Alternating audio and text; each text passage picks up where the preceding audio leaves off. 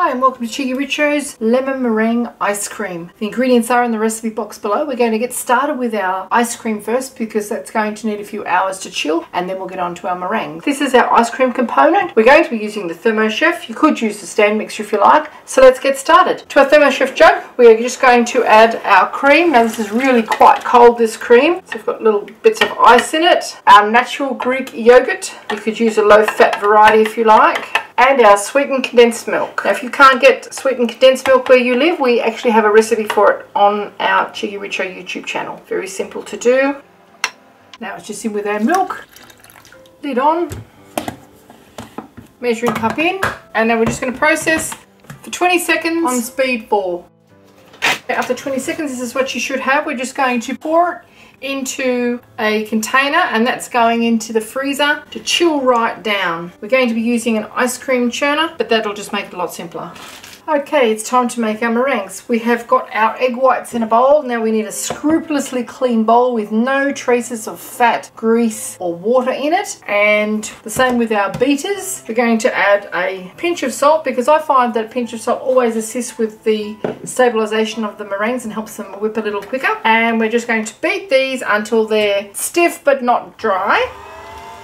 Okay, after about 2.5 minutes, this is what you should have. The egg whites are holding their shape. We're just going to mix in our caster sugar slowly, and we're going to continue beating and test it to make sure that all of the caster sugar has actually dissolved. You don't want to feel any gritty sugar particles between your fingers. So just put it back on again. Drizzle in your caster sugar.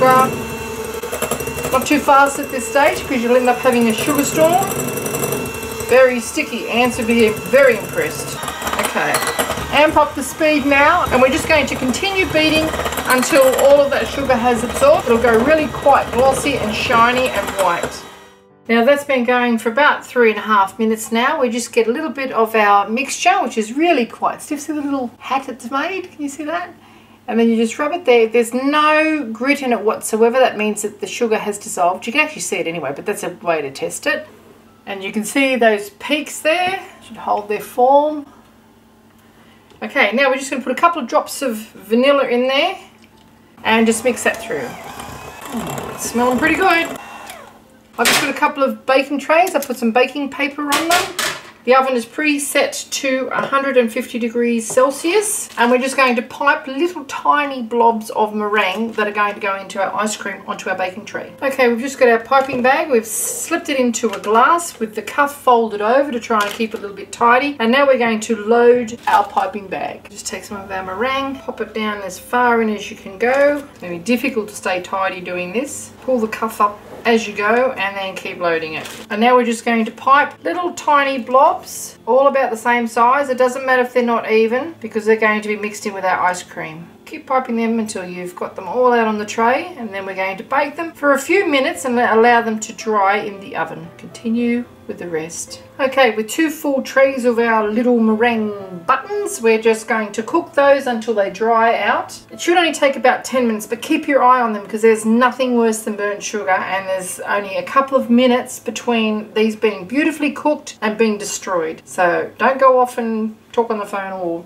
watch me on YouTube or anything. Okay, after 10 minutes, this is what you should have. They're just slightly coloured. We're just going to turn the oven off, leave the door ajar a little bit and allow them to continue to dry out. We want them to be really quite crispy. They're as light as air, and that's what they look like.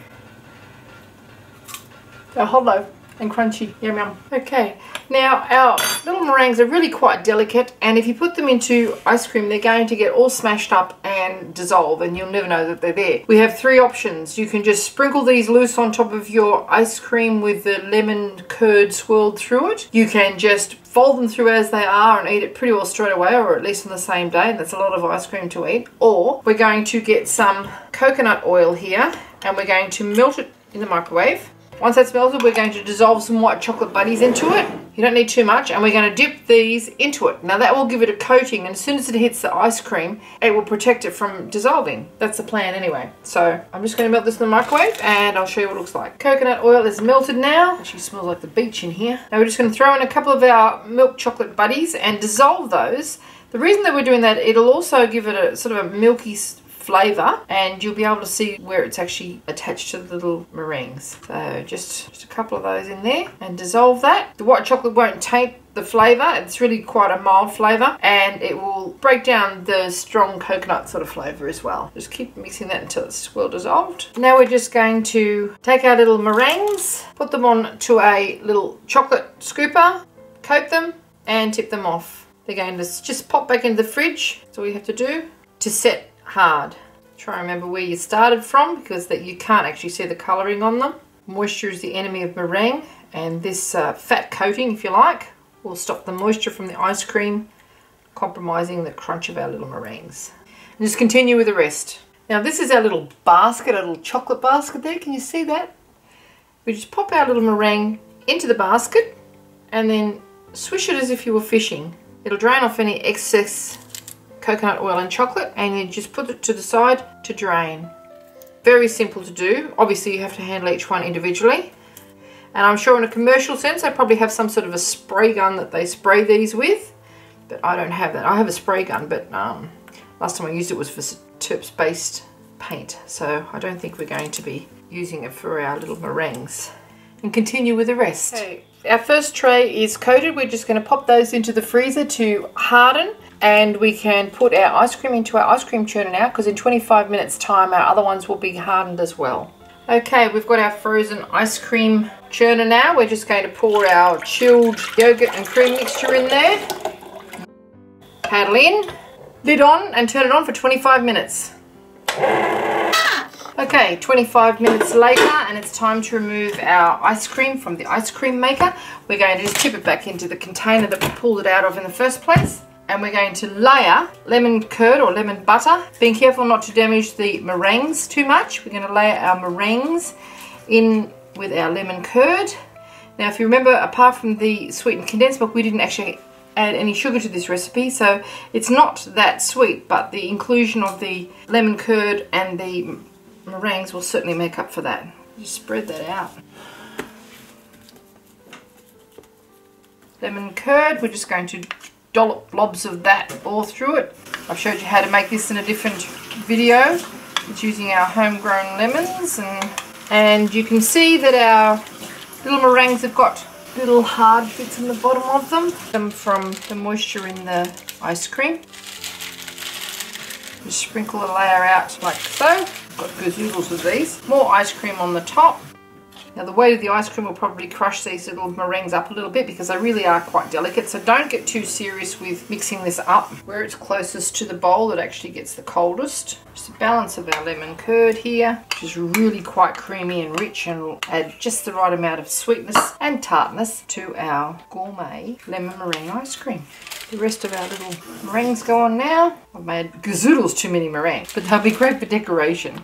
Now we're just going to tip this over and turn it around a little bit before we pop it back into the freezer. We want to make sure that there's some swirls of our meringue and some swirls of our lemon butter fairly evenly distributed. You want little pockets of both, and then just cover it and pop it straight back into the freezer to completely set. Smelling pretty good. And if my little meringue trick worked, you could use that at any amount of desserts where the meringues get a bit soggy. They're sounding quite crunchy when I'm passing the hard plastic spatula over them. Spread that out flat. Cover the meringues, because they will absorb moisture out of the freezer, and into the freezer we go. Oh, yum. Okay, a couple of hours later, and our delightful lemon meringue ice cream is ready to serve. It would probably be better if it was left overnight, but Richo is really keen to have a try of it, so just get a scoop of it.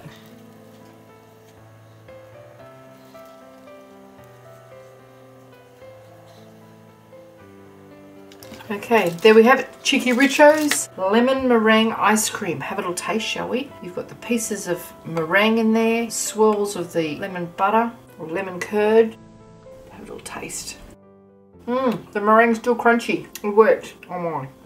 That is delightful. Thanks for watching. Cheeky Richo's salted caramel popcorn ice cream.